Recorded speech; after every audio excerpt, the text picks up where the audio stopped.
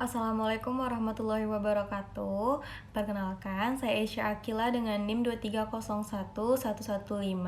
Di sini saya selaku moderator dari kelompok 4 akan mempresentasikan hasil diskusi kami mengenai obat-obat anti-infeksi 1.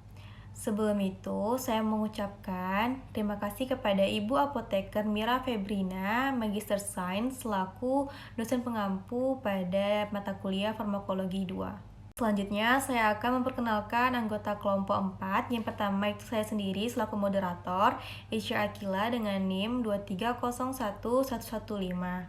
Selanjutnya ada Ahmad Anugrah dengan NIM 2301100. Ada Dwi Nuryanti dengan NIM 2301113 dan ada Evlia Andini dengan NIM 2301114.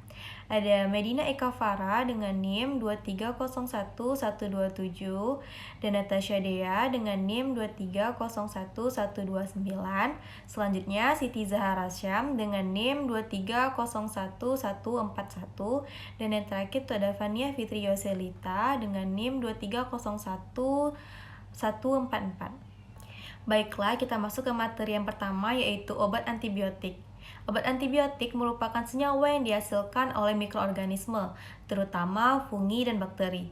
Obat antibiotik ini berfungsi untuk menghambat atau membunuh mikroorganisme lainnya seperti bakteri. Berbeda dengan antivirus yang hanya menargetkan virus, obat antibiotik hanya efektif terhadap infeksi bakteri saja. Selanjutnya, kita ke penggolongan antibiotik. Berdasarkan struktur kimianya, yang pertama itu ada beta-lactam. Contoh obatnya itu ada penisilin, amoksisilin, dan cefalosporin, yang dimana obat beta-lactam ini menghambat sintesis dinding sel bakteri. Yang kedua ada aminoglikosida. Contoh obatnya itu ada gentamisin dan streptomisin, di mana obat ini menghambat sintesis protein pada bakteri gram negatif. Dan yang ketiga itu ada tetrasiklin. Contoh obatnya itu ada doxycycline dan minocycline, yang dimana obat ini bekerja dengan menghambat sintesis protein. Selanjutnya itu ada makrolida. Makrolida itu contoh obatnya eritromisin dan azitromisin. Bentuk mekanisme kerja obat ini sama seperti tetrasiklin, yaitu menghambat sintesis protein dengan mengikat ribosom 50S. Dan untuk contoh lainnya itu ada chloramphenicol, clindamycin, dan vancomycin. Selanjutnya kita akan membahas mekanisme obat antibiotik. Obat antibiotik bekerja dengan menargetkan proses biologis penting dalam bakteri untuk menghambat pertumbuhan atau membunuh bakteri. Terdapat 4 mekanisme kerja obat antibiotik yang utama. Yang pertama itu ada menghambat sintesis atau merusak dinding sel bakteri. Dan yang kedua itu ada memodifikasi atau menghambat sintesis protein. Dan yang ketiga itu menghambat enzim-enzim esensial dalam metabolisme folat. Dan yang terakhir atau yang keempat itu mempengaruhi sintesis atau metabolisme asam nukleat. Selanjutnya, kita akan membahas masing-masing 4 mekanisme utama tadi. Yang pertama itu ada menghambat sintesis atau merusak dinding sel. Terdapat 2 jenis antibiotik. Yang pertama ada basitrosin, yang dimana antibiotik polipeptida untuk pemakaian topikal. Tidak digunakan untuk sistemik karena nefrotoksik. Selanjutnya itu ada vancomycin, antibiotik klinik ketiga untuk infeksi berakibat bakteri gram positif seperti MRSA. Selanjutnya, mekanisme menghambat sintesis protein, yang dimana bekerja dengan menghambat produksi protein penting yang dibutuhkan bakteri untuk berkembang biak dan bertahan hidup. Jenis-jenis antibiotik golongan ini yaitu ada aminoglikosida, yang bekerja dengan ribosom 30S dan mengganggu pembacaan kode genetik. Contohnya itu seperti tetrasiklin dan doxycycline, yang efektif melawan bakteri Pseudomonas dan Enterobacteriaceae. Yang kedua itu ada tetrasiklin, yang dimana memiliki spektrum luas dan menghambat protein dengan mengikat ribosom 30S. Selanjutnya itu ada chloramphenicol, spektrum luas dan bekerja pada ribosom 50S untuk menghentikan sintesis protein. Dan selanjutnya itu ada makrolida, yang dimana makrolida menghambat protein dengan menempel pada ribosom 50S. Selanjutnya itu ada clindamycin. Clindamycin memiliki mekanisme kerja yang sama seperti makrolida, yaitu menghambat protein dengan menempel pada ribosom 50S. Dan selanjutnya itu ada mupirosin, yang dimana ini digunakan untuk topikal seperti infeksi kulit dan hidung, terutama terhadap Staphylococcus aureus, termasuk MRSA. Dan yang terakhir itu ada spektinomisin, yang dimana merupakan alternatif untuk gonore dengan menghambat protein di ribosom. Sekian dari saya, untuk materi selanjutnya akan dijelaskan oleh rekan saya. Perkenalkan, nama saya Dwi Nuryanti dengan NIM 2301113. Di sini saya akan melanjutkan materi yaitu mekanisme kerja obat antibiotik, yaitu menghambat enzim esensial dalam metabolisme folat. Antibiotik golongan ini seperti sulfonamid dan trimetoprim bekerja dengan menghambat sintesis asam folat yang penting bagi pertumbuhan bakteri. Sulfonamid menghambat enzim di tahap awal, sementara trimetoprim menghambat di tahap akhir jalur metabolisme folat. Contoh dari kombinasi keduanya yaitu cotrimazole, di mana menghasilkan efek bakterisid dan efektif untuk infeksi saluran kemih, saluran cerna, serta infeksi oleh Staphylococcus aureus, H. influenza, E. coli, Salmonella, Shigella, dan Pneumocystis jirovecii. Namun tidak efektif untuk Pseudomonas aeruginosa dan beberapa Neisseria. Selanjutnya yaitu mekanisme kerja obat antibiotik yang mempengaruhi sintesis atau metabolisme asam nukleat, di mana antibiotik golongan ini bekerja dengan menghambat enzim penting yang diperlukan bakteri untuk mereplikasi DNA, sehingga menghentikan pertumbuhan atau membunuh bakteri. Yang pertama, quinolone, contohnya asam nalik diksat yang efektif terhadap bakteri gram negatif, khususnya dari keluarga Enterobacteriaceae. Umumnya digunakan untuk infeksi saluran kemih. Lalu, fluoroquinolone merupakan turunan quinolone yang lebih kuat dan memiliki spektrum yang lebih luas. Contohnya ciprofloxacin, levofloxacin, moxifloxacin digunakan untuk mengatasi infeksi akibat E. coli, Shigella, Salmonella, Haemophilus, Neisseria, hingga Pseudomonas aeruginosa. Nitrofuran, contohnya nitrofurantoin, furozolidon, aktif terhadap berbagai bakteri gram positif dan negatif, terutama untuk infeksi saluran kemih diserap baik oleh saluran cerna. Indikasi dan efek samping obat antibiotik, di mana obat antibiotik digunakan untuk mengobati infeksi akibat bakteri patogen seperti ISK, infeksi saluran kemih, infeksi saluran pernapasan, infeksi kulit dan jaringan, infeksi intraabdominal, infeksi sistemik seperti sepsis, meningitis, infeksi oleh bakteri resisten seperti MRSA, ESBL, CRE, dan FRE. Lalu, efek samping yang umum meliputi gangguan GL atau mual muntah diare, reaksi alergi seperti anafilaksis dan ruam, nefrotoksisitas, ototoksisitas, hepatotoksisitas, disbiosis, dan risiko infeksi C. difficile. Selanjutnya yaitu kontraindikasi dan dosis obat antibiotik, di mana kontraindikasinya yang pertama, riwayat alergi terhadap golongan antibiotik tertentu. Yang kedua, gangguan fungsi ginjal atau hepar berat. Yang ketiga, kehamilan dan laktasi atau tergantung jenis antibiotik. Yang terakhir, interaksi dengan obat lain yang menimbulkan toksisitas. Lalu dosisnya, dosis bervariasi tergantung jenis antibiotik, berat badan, fungsi ginjal atau hepar, dan jenis infeksinya. Contohnya, meropenem 1-2 gram intravena tiap 8 jam, ciprofloxacin 400 mg intravena tiap 8 jam, atau 750 mg per oral tiap 12 jam, trimetoprim sulfometoxazole 160 mg trimetoprim tiap. Selanjutnya yaitu contoh obat yang beredar. Dapat dilihat pada slide. Yang pertama beta-lactam, contohnya amoxicillin, ceftriaxone, dan meropenem. Lalu golongan aminoglikosida, contohnya gentamisin, amikasin. Selanjutnya golongan makrolida, ada azitromisin, claritromisin. Golongan fluoroquinolone, ciprofloxacin, levofloxacin. golongan tetrasiklin, doksisiklin, golongan glikopeptida, vankomisin, dan golongan sulfonamid, trimetoprim, sulfomet. Perkenalkan, nama saya Medina Eka Farah Nirmala Dewi dengan NIM 23011127. Di sini saya akan menjelaskan mengenai obat anti jamur. Obat anti jamur adalah senyawa yang digunakan untuk mengatasi infeksi yang disebabkan oleh jamur, termasuk cendawan dan ragi.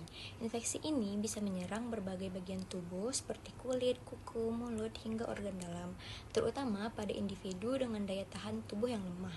Obat ini bekerja dengan menghambat pertumbuhan atau membunuh jamur yang menjadi penyebab infeksi sehingga dapat membantu menghentikan penyebaran dan mempercepat proses penyembuhan. Penggolongan obat anti jamur yang berdasarkan indikasi klinisnya untuk infeksi jamur dalam tubuh atau sistemik.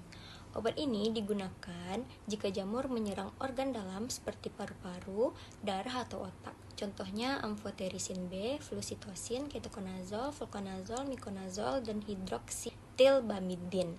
Untuk infeksi jamur di kulit dan selaput lendir atau mukosa, obat ini digunakan untuk jamur di kulit, mulut, kuku, atau area lipatan tubuh. Biasanya berupa krim, salep, atau obat minum. Contohnya griseofulvin, miconazol, clotrimazol, nystatin, nolnaftat, dan lainnya. Selanjutnya, berdasarkan cara kerjanya, yang pertama ada polien. Obat ini bekerja dengan merusak dinding sel jamur hingga isinya bocor dan jamur mati. Contohnya amfoterisin B dan nystatin. Lalu ada azol. Cara kerjanya menghambat pembentukan dinding sel jamur sehingga jamur tidak dapat tumbuh dengan baik. Contohnya ketokonazol, fluconazol, dan itraconazol. Selanjutnya itu ada alilamin, mengganggu awal proses pembentukan dinding sel jamur, membuat jamur mudah rusak. Contohnya yaitu terbinafin. Selanjutnya ada ekinokandin. Cara kerjanya menghambat bahan penyusun dinding jamur, membuat jamur tidak kuat dan mati. Contohnya caspofungin dan mikafungin. Selanjutnya itu ada antimetabolit. Cara kerjanya obat ini menghambat pembentukan DNA jamur sehingga jamur tidak bisa berkembang. Contohnya flutisosin. Selanjutnya itu griseofulvin, menghambat pembelahan sel jamur, jadi jamur tidak bisa bertambah banyak. Selanjutnya yaitu mekanisme kerja dan patofisiologi obat anti jamur. Jamur memiliki membran sel yang unik karena mengandung ergosterol, berbeda dengan membran sel manusia yang mengandung kolesterol. Obat anti jamur bekerja dengan menargetkan sintesis atau fungsi ergosterol ini. Dengan mengganggu ergosterol, obat menyebabkan kerusakan pada membran sel jamur, sehingga membran menjadi bocor dan isi sel keluar. Akibatnya, jamur kehilangan fungsi vital dan akhirnya mati. Indikasi dari obat anti jamur yaitu digunakan untuk mengatasi berbagai infeksi jamur yang meliputi infeksi sistemik seperti aspergillosis, blastomycosis, histoplasmosis, dan kandiasis sistemik. Lalu kriptokokosis, infeksi mukokotan, misalnya kandidiasis pada mulut, vagina, dan area lipatan kulit. Lalu infeksi dermatofit seperti kurap pada tubuh, selangkangan, kaki, dan kuku. Efek samping dari obat anti jamur berbeda-beda tergantung jenis dan cara pemberiannya.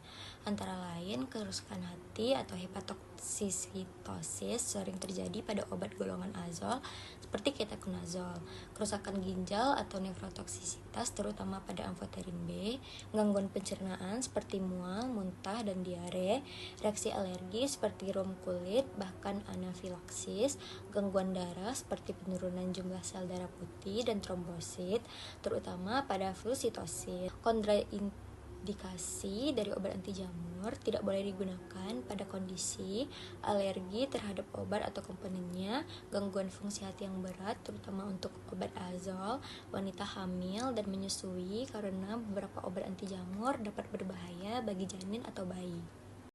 Assalamualaikum warahmatullahi wabarakatuh. Izin sebelumnya, perkenalkan nama saya Siti Zahra Syam dengan NIM 23011141. Baiklah, di sini saya akan melanjutkan materi dari teman saya sebelumnya. Selanjutnya, materi mengenai dosis pada obat anti jamur. Nah, dosis pada obat anti jamur ini dia tuh berbeda-beda tergantung jenis obat, jenis infeksi, dan kondisi pada pasien.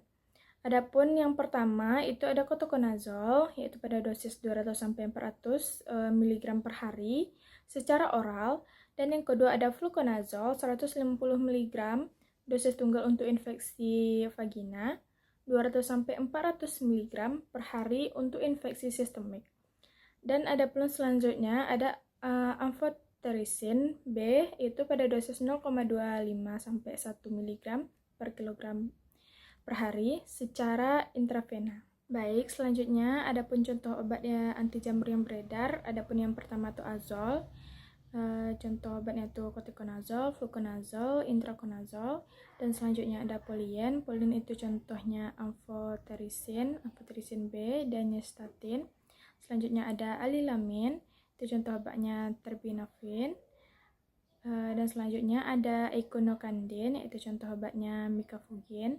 Selanjutnya ada antimetabolit, itu contoh obatnya flucytosine. Selanjutnya ada pun penjelasan mengenai obat anti-amoeba. Nah, obat anti-amoeba ini itu obat yang digunakan untuk mengatasi infeksi protozoa, terutama di Entamoeba histolytica, penyebab disentri amoeba. Nah, parasit ini masuk ke dalam tubuh melalui makanan ataupun minuman yang terkontaminasi dan menetap di usus dan dapat menyebar di ke seluruh organ lainnya. Nah, obat anti-amoeba ini berfungsi membasmi parasit dalam bentuk trofozoid maupun kista, baik di lumen usus maupun jaringan tubuh lainnya. Adapun penggolongan obat anti-amoeba ini, yang pertama itu berdasarkan tempat kerjanya. Yang pertama itu ada amobiasid kontak. Dia itu bekerja di lumen usus untuk mengatasi bentuk kista ataupun trofozoid yang tidak invasif. Nah, contohnya itu ada dehydroemetin, emetin, dan promomisin. Selanjutnya ada amobiasid jaringan.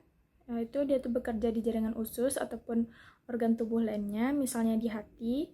Contohnya dilocasanid, furoat, chloroquine, ematin. Nah, selanjutnya ada amobiasid kombinasi. Ini dia tuh aktif baik di lumen maupun jaringan. Contohnya tuh metronidazole dan tinidazole. Baik, selanjutnya ada penggolongan obat yang kedua, itu berdasarkan mekanisme kerjanya. Yang pertama itu menghambat sintesis asam nukleat, yaitu obatnya metronidazole dan tinidazole. Itu mekanismenya itu merusak DNA parasit dan menghambat replikasinya. Selanjutnya ada pun menghambat sintesis protein, yaitu obatnya erythromycin, tetracycline. Itu mekanismenya itu menghambat aktivitas ribosom parasit. Selanjutnya ada pun merusak membran sel parasit. Beberapa agen bekerja dengan cara ini, itu menyebabkan lisis sel. Selanjutnya itu berdasarkan jenis kimia. Yang pertama itu ada nitromidazole, itu contoh obatnya metronidazole, tinidazole, nimorazole. Selanjutnya ada pun 8 hidroksiquinolin, yaitu contoh obatnya iodoquinol. Selanjutnya ada antibiotik, contoh obatnya erythromycin, tetracycline. Selanjutnya ada pun contoh obat lainnya, yaitu diloxanid furoat, ematin.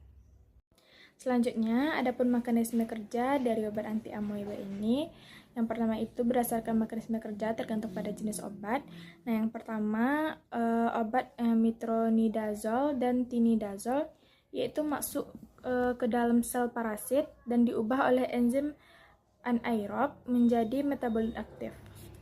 Metabolit ini merusak struktur DNA dan menghambat sintesis, itu menyebabkan sintesis parasit itu mati. Selanjutnya, ada pun yang kedua yaitu paramomisin, bekerja di lumen usus dengan menghambat sintesis protein di ribosom. Ribosom parasit itu efektif terhadap kista. Selanjutnya, ada emitin dan dehydroemetin, yaitu menghambat sintesis protein pada jaringan, lalu efektif melawan trofozoid jaringan. Dan tapi penggunaannya tuh dibatasi karena toksisitas tinggi, terutama ke jantung. Selanjutnya kombinasi sistemik dan luminal diperlukan untuk eradikasi.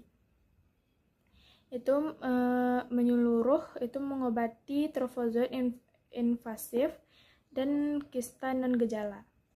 Selanjutnya, ada pun indikasi penggunaan obat anti amoeba.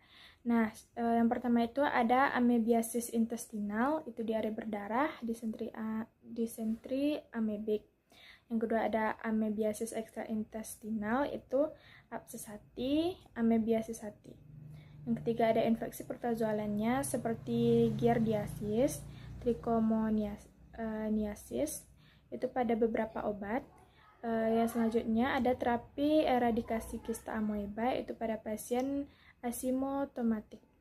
Dan selanjutnya ada pun efek samping pada obat anti amoeba ini. Yang pertama itu pada gangguan saluran cerna, adapun efek sampingnya yang pertama itu mual, muntah, sakit perut, diare, sembelit, hilang nafsu makan, rasa logam di mulut. Selanjutnya ada efek samping pada sistem saraf pusat, itu seperti pusing, sakit kepala, kebingungan, halusinasi, mati rasa atau kesemutan, ataksia atau kejang. Selanjutnya ada pun efek samping dari reaksi alergi, yaitu yang pertama ada ruam kulit, gatal, urikaria, luka lepuh di mulut, lidah bengkak dan kemerahan. Selanjutnya ada gangguan pada fungsi hati. Yang pertama itu ada hepatitis kolestatik. Yang kedua ada penyakit kuning. Yang ketiga ada nyeri perut kanan atas. Dan yang terakhir ada pun peningkatan enzim hati. Baiklah, di sini saya akan membacakan materi selanjutnya, yaitu indikasi, efek samping, kontraindikasi, dosis dan contoh obat yang beredar. Efek samping ada perubahan warna urin menjadi gelap tetapi tidak berbahaya. Kemudian gangguan penglihatan menjadi buram, nyeri di belakang mata dan kilatan cahaya. Kemudian gejala lainnya seperti infeksi baru atau memburuknya infeksi lama. Gangguan psikologis, depresi, mudah marah dan menjadi linglung. Kemudian untuk interaksi obat itu antikoagulan, risiko pendarahan, litium, risiko kerusakan ginjal, vaksin tifoid, penurunan efektivitas, alkohol, reaksi mirip disulfiram. Selanjutnya yaitu ada kontraindikasi, hipersensitivitas terhadap obat terkait, kemudian kehamilan trimester pertama, metronidazol, tinidazol, penyakit jantung atau ginjal, emetin, dihidroemetin. Kemudian obstruksi usus, paromomisin. Selanjutnya itu ada dosis. Untuk obat metronidazol itu dewasa 750 mg, diminum secara oral 3 kali sehari selama 5 sampai dengan 10 hari. Kemudian abses hati 500 sampai dengan 750 mg, diminum secara oral 3 kali sehari selama 5 sampai 10 hari. Kemudian tinidazol dewasa 2 gram oral sekali sehari selama 3 hari. Kemudian ada paromomisin dewasa 25 sampai dengan 35 mg per hari dibagi 3 dosis selama 5 sampai dengan 10 hari. Kemudian ada emetin dewasa itu 1 mg per hari maksimal 5 hari. Kemudian untuk contoh obat yang beredar itu ada yang pertama metronidazol, ada Anmerop, Biatron, Metrolet, dan Nidazol. Kemudian ada tinidazol, ada Vasiprim. Kemudian chloroquine, ada Avlocor, Sendoquine, Duraquine, sama Maralex. Kemudian ada tetracycline, ada Bufacin, sitosilin, kemudian Corsatet, dan Dumasilin. Selanjutnya itu ada obat antivirus. Virus merupakan suatu organisme yang terdiri dari suatu inti asam nukleat yang dikelilingi oleh lapisan protein. Ada 2 jenis virus, yaitu virus DNA dan virus RNA. Jika berada di luar sel, virus bersifat inert atau tidak aktif dan baru aktif jika mengalami replikasi dan jika masuk ke dalam sel host. Kemudian antivirus merupakan salah satu penggolongan obat yang secara spesifik digunakan untuk mengobati infeksi virus. Obat-obat antivirus digunakan untuk mencegah replikasi virus dengan menghambat salah satu dari tahap-tahap replikasi sehingga dapat menghambat virus untuk bereproduksi. Kemudian penggolongan obat antivirus yang pertama ada anti non-retrovirus. Ada antivirus untuk herpes, antivirus untuk influenza, dan yang ketiga ada antivirus untuk HBV dan HCV. Kemudian yang kedua ada antiretrovirus, antivirus untuk HIV. Ada nucleoside reverse transcript inhibitor, kemudian nucleotide reverse transcript inhibitor, non-nucleoside reverse transcriptase inhibitor, protease inhibitor, dan viral entry inhibitor. Kemudian untuk penggolongan obat antivirus yang pertama itu anti non-retrovirus. Ada antivirus untuk herpes, contoh obatnya acyclovir dan valacyclovir. Acyclovir adalah analog nukleosida yang hanya diaktifkan di dalam sel yang terinfeksi oleh virus. Melalui enzim thymidine kinase, virus telah diubah menjadi acyclovir trifosfat. Obat ini menghambat DNA polimerase virus sehingga replikasi DNA virus terhenti. Penghentian replikasi virus mengurangi jumlah virus aktif yang menyebabkan kerusakan sel. Kemudian ada antivirus untuk herpes, itu indikasinya infeksi herpes simplex virus HSF tipe 1 dan 2, herpes genital, herpes zoster, cacar ular, varicella, cacar air pada pasien imunokompromis. Efek sampingnya mual, muntah, nyeri kepala, ruam kulit, toksisitas ginjal pada dosis tinggi atau pasien dengan gangguan ginjal. Kontraindikasinya hipersensitivitas terhadap acyclovir, valacyclovir atau komponen obat lainnya dan kehati-hatian pada pasien dengan gangguan ginjal. Kemudian ada antivirus untuk influenza, neuramidase inhibitor, contoh obatnya oseltamivir dan zanamivir. Mekanisme kerjanya menghambat enzim neuramidase pada permukaan virus influenza. Neuramidase diperlukan agar virus dapat melepaskan diri dari sel inang. Setelah replikasi, dengan terhambatnya enzim ini, virus tidak bisa keluar dari sel dan menyebar ke sel sehat lainnya, sehingga penyebaran virus di saluran pernapasan terhambat dan gejala menjadi lebih ringan serta durasi penyakit lebih singkat. Baik, perkenalkan nama saya Natasha Dea Afifa dengan NIM 2301129. Saya akan melanjutkan penjelasan dari teman saya sebelumnya, yaitu penggolongan obat antivirus.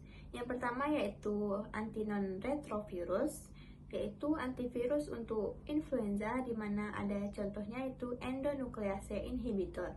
Untuk contoh obatnya itu ada baloxavir marboxil, di mana mekanisme kerjanya menghambat enzim endonuklease, bagian dari kompleks RNA polimerase, di mana enzim ini berperan dalam proses chain snatching, yaitu mencuri topi mRNA.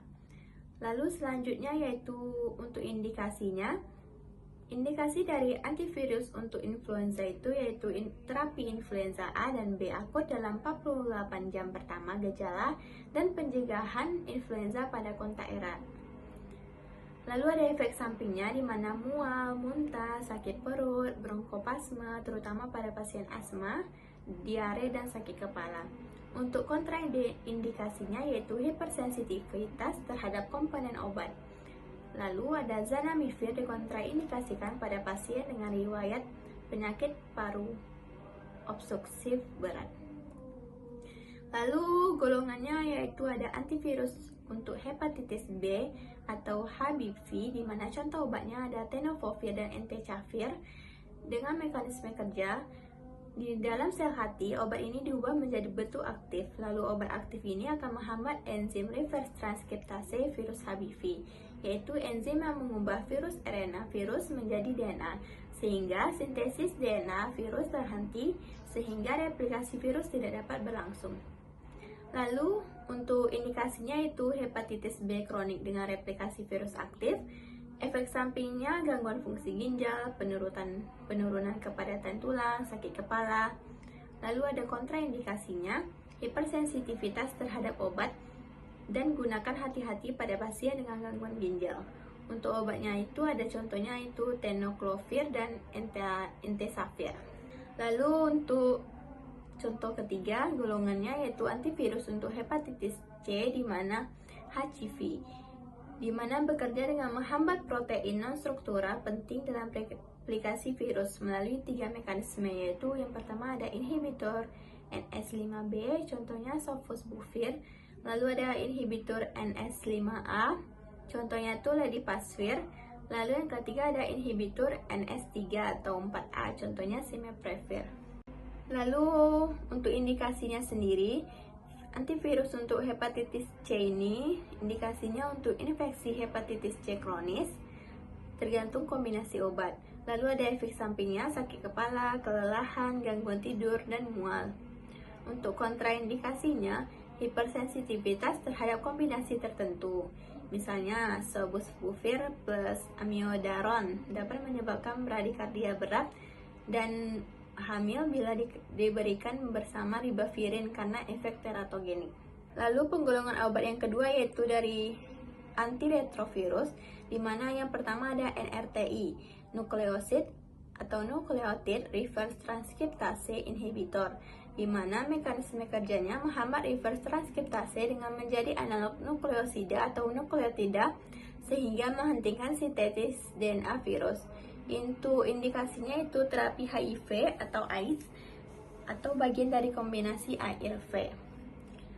Untuk efek sampingnya yaitu anemia, neutropenia, lipoatrofi, asidosis laktat, dan gangguan hati. Kontraindikasinya itu hipersensitivitas terhadap gangguan hati berat.